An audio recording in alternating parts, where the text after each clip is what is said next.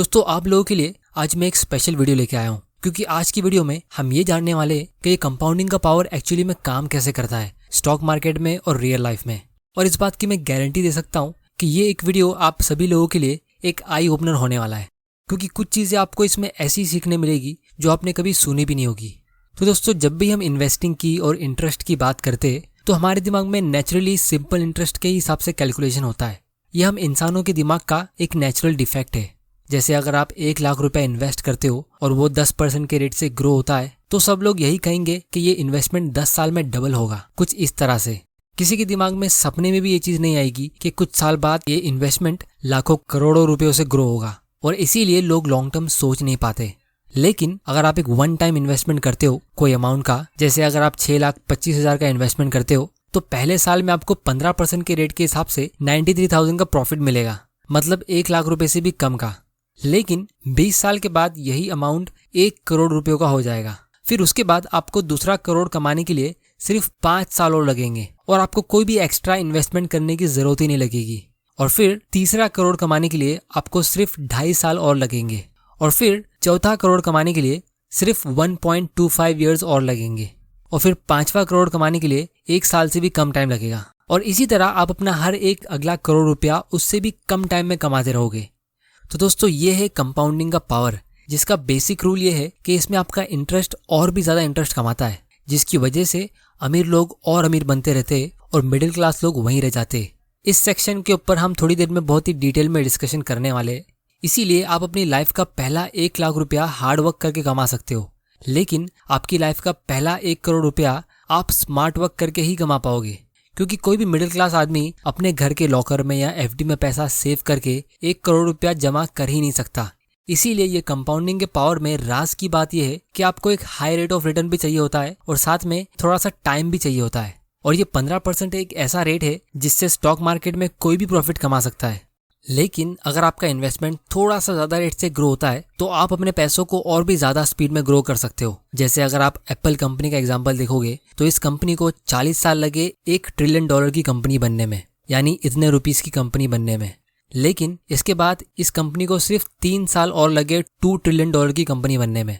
इसीलिए अगर आप किसी भी अमीर लोगों की वेल्थ चेक करोगे, जैसे बिल गेट्स या जेफ बेजोस, तो आपको पता चलेगा कि ये लोग हर एक सेकंड में लाखों डॉलर कमाते। तो उसका सिंपल एक्सप्लेनेशन यही है कि उनका एक बहुत ही बड़ा अमाउंट उनकी कंपनीज में इन्वेस्टेड है, जो एक टाइम पे बहुत ही छोटा था और अब काफी टाइम से इन्वेस्टेड होने की वजह से कंपाउंडिंग के पावर से बहुत ही बड़े अमाउंट में ग्रो हो चुका है। तो अब ये लोग हर रोज $1 मिलियन कमाते हैं बिना कुछ काम किए।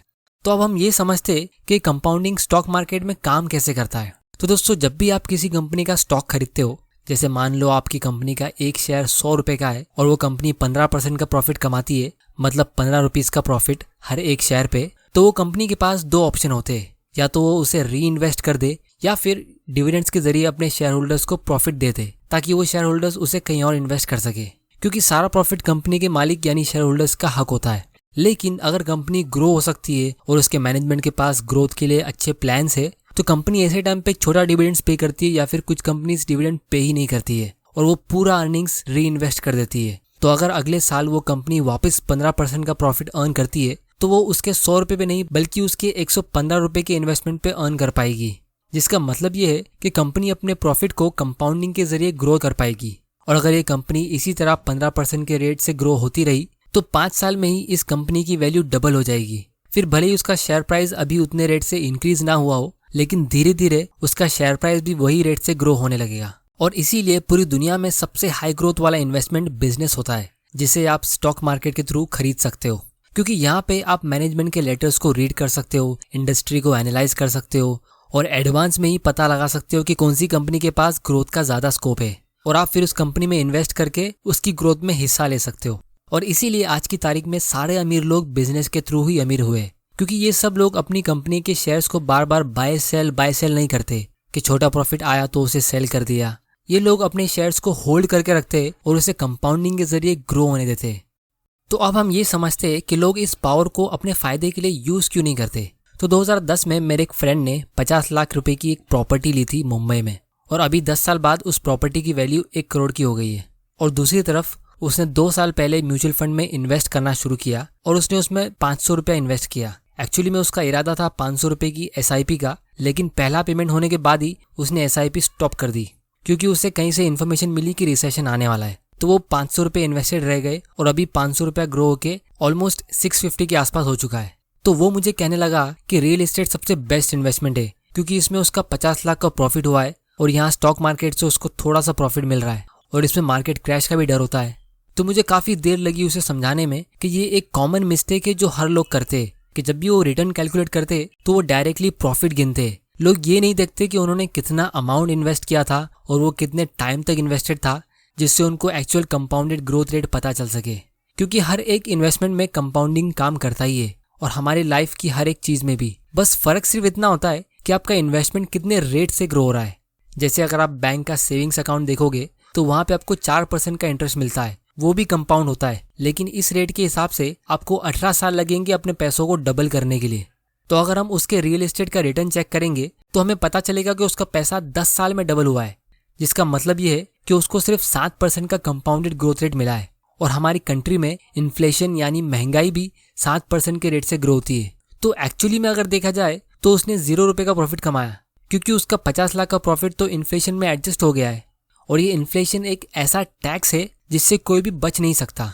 बहुत सारे लोगों को लगता है कि वो टैक्स नहीं भरते क्योंकि वो कोई स्मार्ट तरीके से इन्वेस्ट करके टैक्स बचा लेते, या उनकी सैलरी बहुत कम है इसलिए उनको टैक्स की चिंता करने की जरूरत नहीं है। लेकिन सच ये है कि इंडिया का हर एक आदमी हर साल 7% का कंपाउंडेड टैक्स पे करता है इन्फ्लेशन के नाम पे। फिर भले ही वो लोग गवर्नमेंट को अपने जेब से पैसा नहीं पे करते हो, लेकिन जब गवर्नमेंट हर साल नए नोट छापती है जिसकी वजह से बाजार में चीज़ों के भाव बढ़ जाते, तो लोग उन चीज़ों को महंगे प्राइस पे खरीद के ना चाहते हुए भी टैक्स पे कर रहे हैं। ये चीज़ मैं आप लोगों को आने वाले वीडियोस में प्रूफ करके दिखाऊंगा कि इन्फ्लेशन और टैक्स दोनों एक ही चीज़ होती है, क्योंकि दोनों गवर्नमेंट की तरफ से होती है और लोगों के लिए उसका इम्पैक्ट भी सेम होता है। आप गवर्नमेंट को अपने जेब से इनकम टैक्स के नाम पे पैसा दो या गवर्नमेंट खुद से नए नोट छाप ले, दोनों एक ही बात है। अमीर लोगों से गवर्नमेंट इनकम टैक्स के नाम पे टैक्स लेती है और गरीब लोगों से महंगाई के नाम पे टैक्स लेती है। तो अगर हम इस 7% के इन्फ्लेशन को टैक्स कह देंगे तो ये एक्चुअली में सही स्टेटमेंट होगा। और इसीलिए एक world famous economist JM Keynes ने कहा था कि इन्फ्लेशन एक ऐसा टैक्स है जिसको सिर्फ करोड़ों लोगों में से एक आदमी सही तरीके से समझ पाएगा। और ये कंपाउंडिंग की वजह से गवर्नमेंट के इनकम टैक्स से भी ज़्यादा डेंजरस होता है, क्योंकि ये महंगाई एक बहुत ही बेरहम टैक्स सिस्टम है, क्योंकि ये कंटिन्यूसली कंपाउंडिंग के जरिए ग्रो होता रहता है। इंडिया में हमें 40 साल पहले 2 पहलवानों की जरूरत लगती थी 10 रुपए के अनाज को उठाने के लिए, लेकिन आज एक 5 साल का बच्चा भी 10 रुपए के अनाज को आसानी से उठा सकता है। तो ये भी पावर ऑफ कंपाउंडिंग का ही नतीजा है। और ये इन्फ्लेशन का टैक्स उन्हीं लोगों को सबसे ज़्यादा परेशान करता है जो या तो सेव करते ही नहीं है या फिर इनकम टैक्स बचाने के लिए अपने पैसों को ऐसी स्कीम्स में डालते हैं जहाँ से उनको 7-8% का रिटर्न मिलता है। तो जितना भी प्रॉफिट वो कमाते हैं वो पूरा प्रॉफिट इन्फ्लेशन टैक्स में एडजस्ट हो जाता है। और सबसे इंटरेस्टिंग चीज़ ये है कि ये बात उन लोगों को पता भी नहीं चलती है और वो लोग अपनी पूरी ज़िंदगी निकाल लेते इस इन्फ्लेशन टैक्स को पे करते करते, लेकिन कभी समझ ही नहीं पाते कि एक्चुअली में हो क्या रहा है। सेविंग्स भी कर रहे हैं और इन्वेस्टिंग भी कर रहे हैं, लेकिन अमीर क्यों नहीं बन रहे। तो इसीलिए अगर आपको टैक्स से डरना ही है तो उस टैक्स से मत डरो जो फ्यूचर में आपको तब भरना पड़ेगा जब आपके पास बहुत सारा पैसा होगा, बल्कि उस टैक्स से डरो जिसे फ्यूचर में आपको तब भी भरना पड़ेगा जब आपके पास कम पैसा होगा। तो लोगों का खुद का माइंडसेट ही उनका सबसे बड़ा दुश्मन है। इसीलिए आपको सेविंग्स माइंडसेट से हट के इन्वेस्टिंग माइंडसेट लाना होगा, क्योंकि हम इंडियंस सेविंग्स में बहुत आगे हैं लेकिन इन्वेस्टिंग में बहुत ही पीछे है। तो अब सवाल ये उठता है कि जब ये टॉपिक इतनी इंपॉर्टेंट है तो लोग इसके बारे में बात क्यों नहीं कर रहे। तो दोस्तों, हमारी सोसाइटी की सैड रियलिटी ये है कि जिन लोगों को इस कंपाउंडिंग के पावर के बारे में पता होता है, जैसे बैंक वाले या इंश्योरेंस वाले या ब्रोकर्स, तो वो आपको ऐसे इन्वेस्टमेंट बताएंगे जिसमें उनका फायदा होता है, जिसमें आपको 6 से 8% का रिटर्न मिलता है। क्योंकि अगर पब्लिक को ये बात अच्छे से समझ आ गई कि आपको कोई सिंपल सा म्यूचुअल फंड खरीद के या अच्छी कंपनीज के स्टॉक्स खरीद के होल्ड करके रखना है और अपने रिटायर होने से पहले ही आपके डिविडेंड्स आपकी मंथली एक्सपेंस कवर कर लेंगे, तो आपको फाइनेंशियल इंडस्ट्री के लोगों की जरूरत ही नहीं पड़ेगी। ना आप FD में इन्वेस्ट करोगे, ना आप कोई पॉलिसी खरीदोगे, ना आप ट्रेडिंग करोगे, तो ये सारे लोग रोड पे आ जाएंगे। तो इसीलिए मैं हमेशा कहता हूँ कि फाइनेंशियल इंडिपेंडेंट होने से पहले आपको मेंटली इंडिपेंडेंट होना पड़ेगा।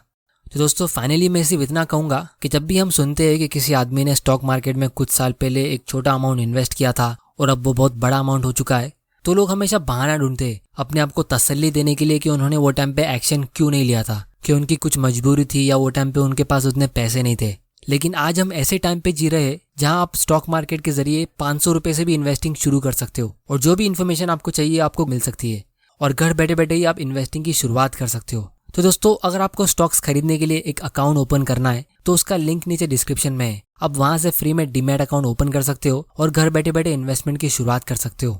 बिजनेस चालू करना हर किसी के लिए पॉसिबल नहीं है, ये चीज हम सब जानते हैं, लेकिन बिजनेस में इन्वेस्ट करना हम सब के लिए पॉसिबल है। फिर भी सिर्फ इंडिया के 2% लोग स्टॉक्स में इन्वेस्ट करते और उसमें से भी मेजॉरिटी लोग ट्रेडिंग करते छोटे मोटे प्रॉफिट्स के लिए।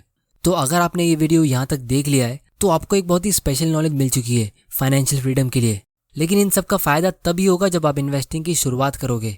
तो दोस्तों, उम्मीद करता हूँ कि ये वीडियो के बाद आपका लॉन्ग टर्म इन्वेस्टिंग और कंपाउंडिंग से रिलेटेड सारा डाउट्स क्लियर हो चुका होगा। और अगर आपको कोई भी क्वेश्चन है तो आप मुझे नीचे कमेंट करके पूछ सकते हो, मैं आने वाले वीडियोस में उसे कवर कर लूंगा। फाइनेंशियल नॉलेज नाम का सब्जेक्ट हमारे स्कूल में होता नहीं है और ना ही लोगों के पेरेंट्स उन्हें ये चीज सिखाते क्योंकि उनको खुद को ये चीज पता नहीं होती है। इसीलिए बहुत लोग अपनी पूरी जिंदगी पैसों के लिए काम करते रह जाते और रिटायरमेंट पे अपने बच्चों पे डिपेंडेंट होते। इसीलिए इस चैनल के जरिए मेरा गोल यही है कि आप लोगों तक मैं ऐसे वैल्यूएबल लेसन शेयर करता रहूं। तो अगर आपको ये वीडियो पसंद आया तो चैनल को सब्सक्राइब जरूर कर लेना और बेल आइकन प्रेस कर देना ताकि आप ऐसे इंपॉर्टेंट वीडियोस मिस ना कर दो। आप मुझे ट्विटर और इंस्टा पे भी फॉलो कर सकते हो, लिंक नीचे डिस्क्रिप्शन में है। वीडियो पसंद आया तो इसे लाइक करो, नहीं पसंद आया तो डिसलाइक करो। आपका वैल्यूएबल टाइम देने के लिए thank you and good bye.